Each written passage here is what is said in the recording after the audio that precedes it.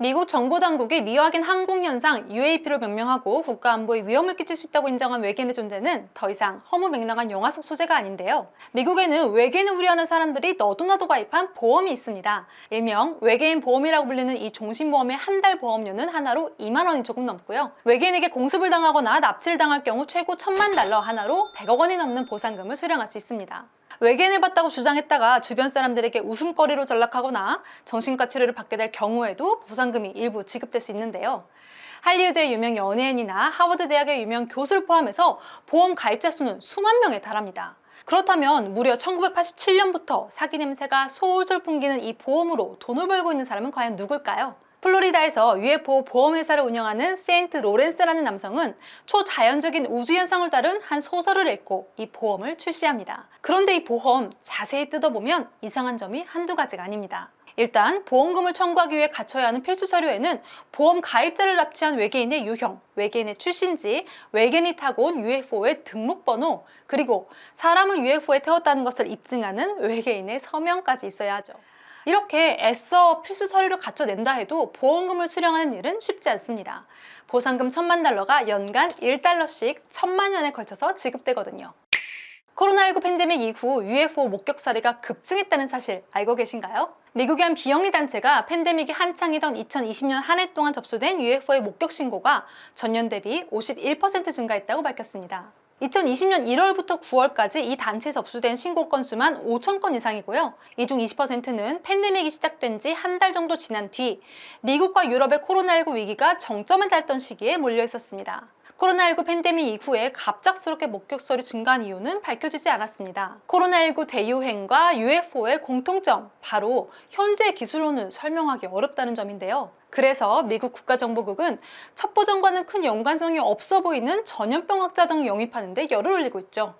전통 첩보 기술로는 UFO나 코로나 기원을 설명하기가 어렵다는 겁니다. 베일에 쌓인 코로나19와 UFO, 언젠가는 정체를 확인할 수 있겠죠? 전쟁 방지와 평화 유지를 위한 국제기구인 유엔에서 외계인 담당 대사를 임명했다는 기사 기억하시나요? 일명 우주 외계인 담당 초대 대사로 선정된 인물은 말레이시아의 천체 물리학자인 마젤란 오트만 박사였습니다.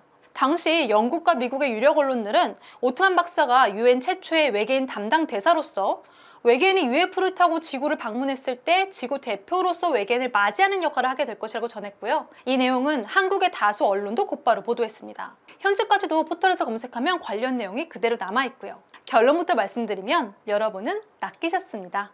오트만 박사가 유엔 우주사무국의 국장 자리를 맡았던 것은 사실입니다. 다만 이 유엔 우주사무국은 외계인을 맞이하기 위해 마련된 것이 아니라 우주 이용에 관한 국제협력이나 위성발사 세부 기록 관리 등의 업무를 맡고 있죠. 이후 오트만 박사는 해당 보도가 넌센스라면서 강하게 부인했고 유엔 측도 황당하다는 반응을 보였죠. 외계인이 아니라 가짜 뉴스를 먼저 조심하셔야겠습니다. 전 세계에서 하루에도 수십 건씩 UFO 목격담과 사진이 쏟아지는데요. 그 중에서도 가장 유명하고 공신력 있는 UFO 사진의 촬영지 다름 아닌 한국입니다. 1995년 9월 4일 경기도 가평으로 문화일보의 김성규 사진기자가 취재를 나갔다가 우연히 마주친 시골 노부부를 촬영하게 되는데요. 250초분의 1 셔터 스피드로 여러 컷을 촬영했는데 단 한 장에서만 알 수 없는 물체가 찍힙니다. 대한민국 최초의 UFO 사진이자 세계적인 UFO 사진이 탄생하는 순간이었죠. 사진을 본 코닥 본사 측은 사진에 어떠한 인위적인 조작도 가해지지 않았다는 분석 결과를 내놓습니다. 디지털 카메라가 아닌 필름 카메라로 촬영됐다는 점, 사진 촬영을 전문으로 하는 언론 기자가 촬영했다는 점 등으로 더욱 화제가 됐지만 여전히 설명되지 않은 의문점은 존재합니다. 사진 한 장만 보고 사진 속 물체의 크기나 고도, 속도로 계산을 내는 일이 가능할까요? 일각에서는 현재 물리법칙에 따른다면 시속 38만 8,800km로 움직이는 물체에게서는 반드시 엄청난 불기둥이 발생해야 하는데 깨끗하죠.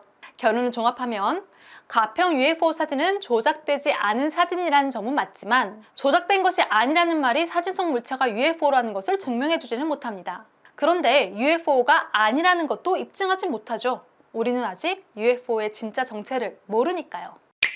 우리나라 역사상 최초의 UFO 목격 기록은 조선시대로 거슬러 올라갑니다. 물론 당시에는 UFO라는 개념이 없었던 만큼 무지개, 물동이, 세숫대야 모양 등의 표현을 이용했죠. 중종 때인 1520년, 선조 때인 1592년에 날아다니는 무지개로 표현된 물체를 왕이 직접 목격했다는 기록이 있고요. 광해군 1년 때인 1609년 8월 강원도에서는 총 5곳에서 미확인 비행 물체가 발견됩니다. 오전 10시부터 정오 사이에 간선군, 원주목, 강릉부, 춘천부, 양양부에서 각각 호리병 모양이나 세숫대야 모양, 햇무늬 모양 등이라고 표현된 물체가 목격된 거죠. UFO가 아닌 유성을 본 것이 아니냐는 추측도 있었는데 조선왕조실록에는 진짜 유성에 대한 기록이 흔합니다.